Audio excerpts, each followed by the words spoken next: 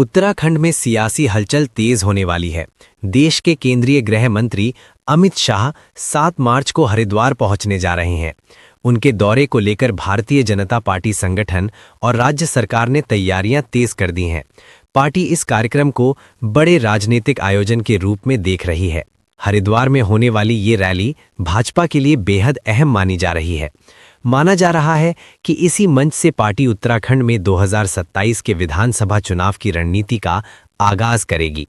Rally को सफल बनाने के लिए भाजपा ने बड़े स्तर पर तैयारियां की हैं और करीब 1.5 लाख लोगों की भीड़ जुटाने का लक्ष्य रखा गया है। इसके लिए प्रदेश भर के विधायकों और संगठन के पदाधिकारियों को जिम्मेदारियां सौंपी गई हैं। बताया जा रहा है कि रैली के दौरान अमित शाह कार्यकर्ताओं को संबोधित करेंगे और पार्टी को आगामी चुनावों के लिए तैयार रहने का संदेश देंगे। इसके साथ ही वो राज्य में पुष्कर सिंह धामी सरकार के पिछले 4 वर्षों के कार्यों की भी समीक्षा कर सकते हैं।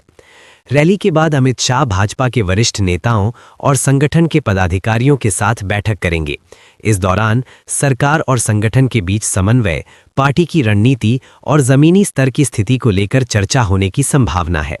सूत्रों के अनुसार शाह अलग अलग टोली बैठकों के जरिए कार्यकर्ताओं और पदाधिकारियों से सीधा फीडबैक भी ले सकते हैं। कुल मिलाकर हरिद्वार में होने वाला ये कार्यक्रम उत्तराखंड की राजनीति के लिहाज से काफी महत्वपूर्ण माना जा रहा है और इसे भाजपा के 2027 चुनाव मिशन की शुरुआत के तौर पर भी देखा जा रहा है। देखिए, उत्तराखंड में भारतीय जनता पार्टी की जन जन की जो सरकार है, इस सरकार के सफलतापूर्वक 4 वर्ष पूरे होने जा रहे हैं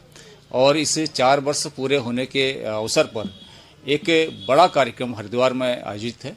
और हम समझते हैं कि इसमें 1.5 लाख से